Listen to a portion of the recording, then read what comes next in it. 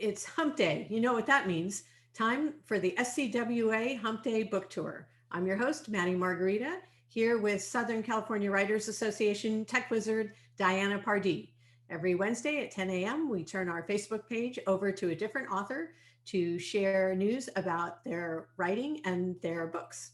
So this morning, we're proud to welcome Wendy Hornsby, an NPR interviewer, aptly described Edgar-Award winning author Wendy Hornsby as a genteel college professor by day and by night a purveyor of murder most foul. Ooh, Wendy. Now retired after teaching history at Long Beach City College for 38 years, Wendy has abandoned all pretense of gentility in order to purvey her two great interests, history and writing, full time. Published internationally, she's the author of 15 books and many short stories. A Bouquet of Rue, her most recent Maggie MacGowen series, is available now. So I think that's what we're going to talk about today, isn't it, Wendy? I think so. Let's. Okay. So I read a little bit about it. It sounds like a great story. Well, it was interesting to write. The more we travel, the more I discover how similar and at the same time how dissimilar we are with people everywhere. And the Bouquet of Rue came from first the American Me Too movement, the issues of school bullying, and the issues around immigration. And I found visiting France that those were the same issues that were so much on people's minds. But because of the French, very, very strict French libel laws that were put in place because their press is just wild and crazy. We think sometimes ours is never beyond a lie. You ain't seen nothing. So their Me Too movement is balance ton porc, which means throw the pig out. Which I thought was just lovely, lovely. But in this throwing out the pig movement, there are real problems because a woman has to bring charges immediately. And we know that just so often doesn't happen. That the charges are not going to show up in the press because anything sexual that might upset the wife, the children, or his business life can't happen. And she can bring charges in the courts quickly. She has like 10 days. And if there's a judgment against him, the fine is usually €1, which is nothing. $1.25 or $1.32. I don't know what the exchange rate is today, but it's certainly not enough. So the sanctions against him are nothing, but the peril to her are enormous. And I read about a boss who was just rapacious, just terrible. And a number of his female senior staff had committed suicide because there was just no way to go, nothing to do other than losing the careers and the esteem that they had spent so long building up. And I thought, well, that's a good place to have a story. And the other was the immigration issue. My character, Maggie MacGowen, she's been with me now in 13 of the 12 books I've written. She's made her way out of Los Angeles, which is just quite a feat. My first two books, the character was like me, a history teacher, and my only goal was finishing the book. I had no idea about what came after, except I wanted to publish it. I did, and the publishers then. I moved to another publisher and they wanted the sequel. And after the sequel came out, I have a college professor with 2 bodies now, which is far too more than I've ever encountered in my career as a historian. I mean, other than all the people in the textbooks. I just didn't want to get stuck in Cabot Cove, where this cozy little campus has a body every book. So I asked my publisher or the editor if I could change the character, just shift, and they agreed. So Maggie MacGowen was born, and she's a documentary filmmaker, and my idea was that she would travel with every book, and Wendy would get to travel with every book. And wouldn't that be great And her first one is set in Los Angeles, and her second is a follow-up, so it's in Los Angeles. And when I came out with the third set in Vietnam, my editor's first comment was, what the hell is Maggie MacGowen doing in Vietnam? She's our Los Angeles fall book. And that's the reality of publishing. Yeah. So there Maggie was in Los Angeles. And then I took a hiatus. You know, real life sometimes does occur. And came back with a very different publisher. And I said to the editor, I'd always intended for Maggie to travel. Can she go abroad? Excuse me. And her answer was, of course she can go abroad. Maggie went to France. Excuse me. I think it's interesting that you chose a documentary filmmaker as your main character, because they have an eye for detail. So what a perfect character for a writer, first of all. And then she is drawn to France or drawn to Paris for a specific reason or a person. So that's interesting too. So there are a lot of changes in her life. There are, which has been so fun. There's a whole arc to the Maggie stories. You want every book to stand alone, but if you read them all in sequence, you find the development of things. And by the Bouquet of Rue, Maggie has just moved to France, is probably going to get married, which is something I just really never know. You'll never know. It's something I dread, because then there's no longer the tension of will they, won't they, can they, can't they. It's did you pick up your socks this morning, and would you go by the supermarket? So they are living together, which is fun. But the issues in that Maggie deals with, she is now an immigrant, and she's making her way with a large French network where she's very much the outsider. She's resented. Why bring in foreign talent? Why not just promote me, right? So there is some resentment toward her. And at the same time, her fiance, who is a diplomat, has taken on a pediatrician who is an escapee from a refugee from Syria. And in their neighborhood, he takes care of things while dear Jean-Paul travels. And there's a bit of unease about him in the neighborhood, but he befriends another Syrian immigrant boy, a teenager, who is the center of the story, really. And it's the community resenting him, bullying him, which becomes another issue, bullying in the school, and then becoming accustomed to him and embracing both his mentor and himself. And the stories intertwine, you hope, and are engaging, and you hope that they're reflective enough of our own issues that people feel bought into the story. But at the same time, they're different enough. You know, in American schools, there's this sort of universal idea that bullying is a terrible thing, but in France, it's a very local thing.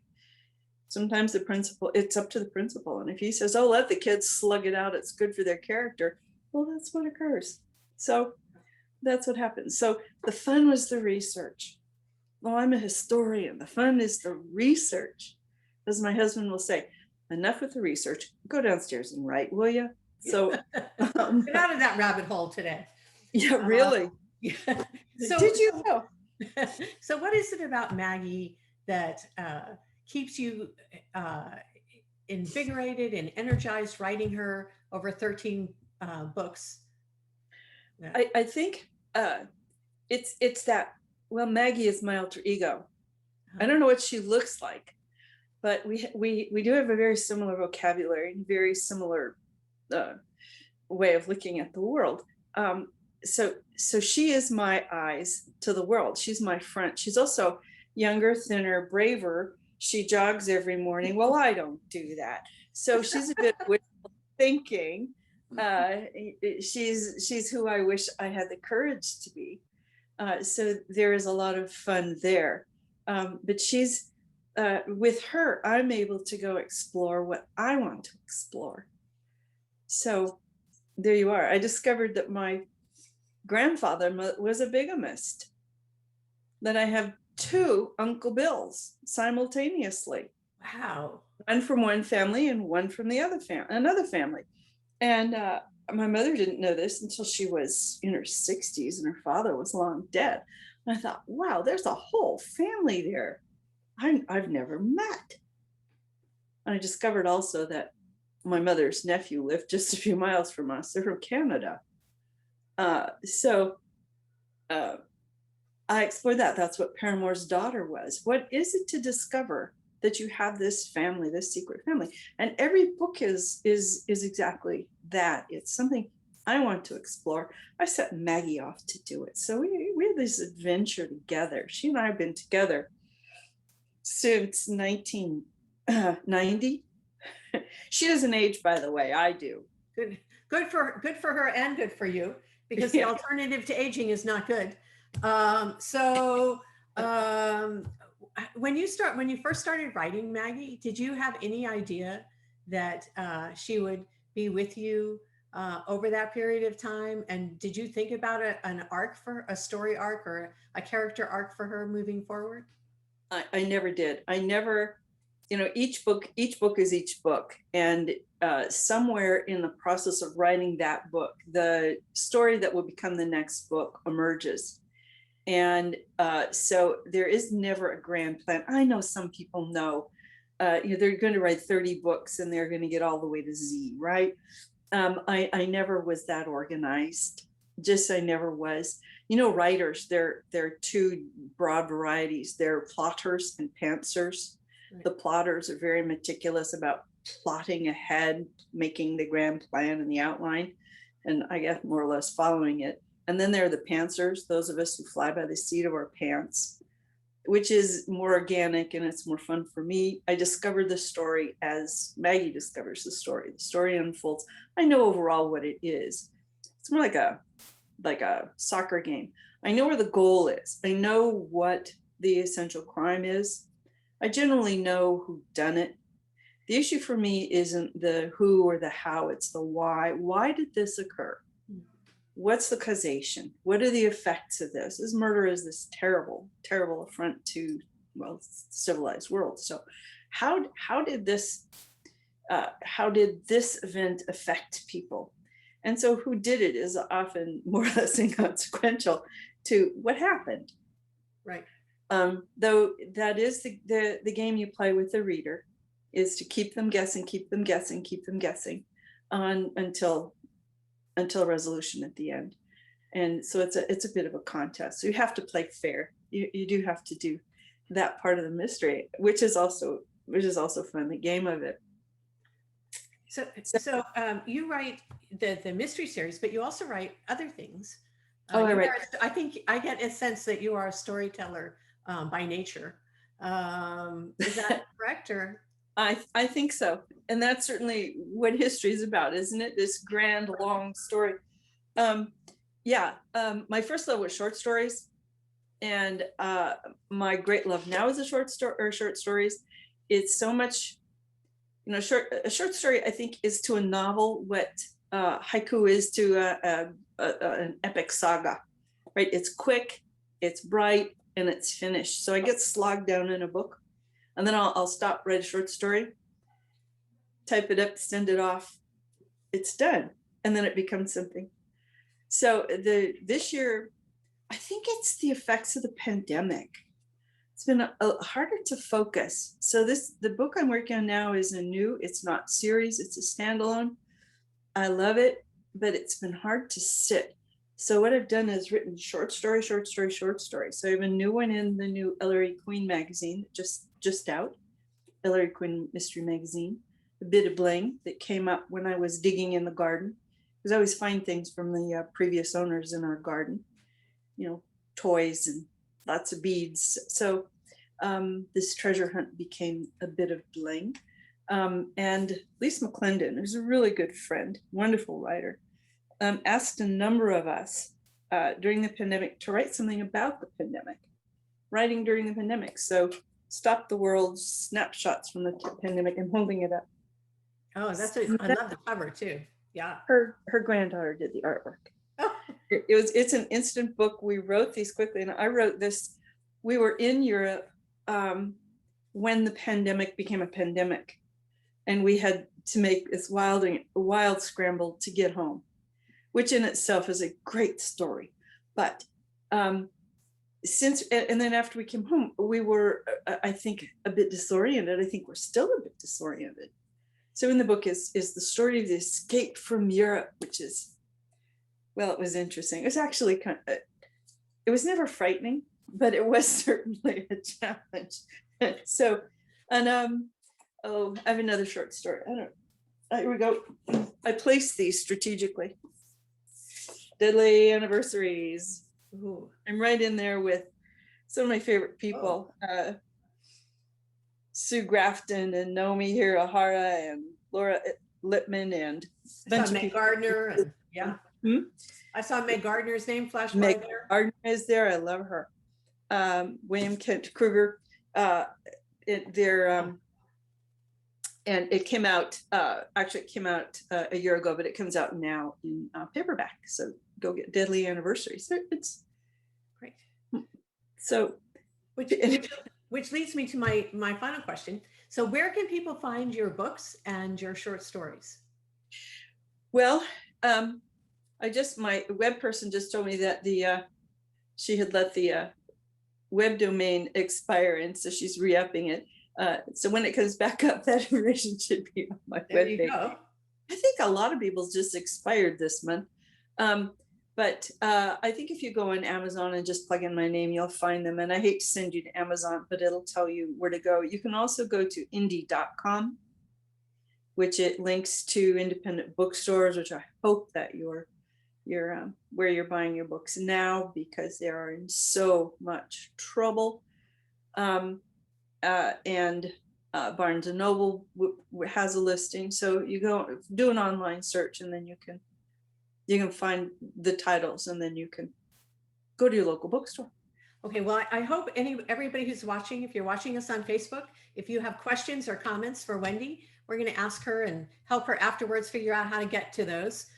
So feel free to put those comments and questions in Facebook. And I want to thank you so much, Wendy, for being here this morning and sharing everything about your books. Everything about your books in 15 minutes. Okay, well, maybe not quite everything. Yeah, teasers. Teasers. That's right, teasing us about your books. Oh, I didn't tell you about the time. Well, we'll do that next time. We'll do that when you come back. Okay. We'll go to the board next. Thank you very much. If you enjoyed today's event, which I'm sure you did, if you'd like to see more book shots like this, you can go to our SCWA Facebook page or go to SCWA Writers Online on YouTube and actually watch these interviews again. And when you do, I hope you like, subscribe, and do all the things you're supposed to do on YouTube so we can keep doing this.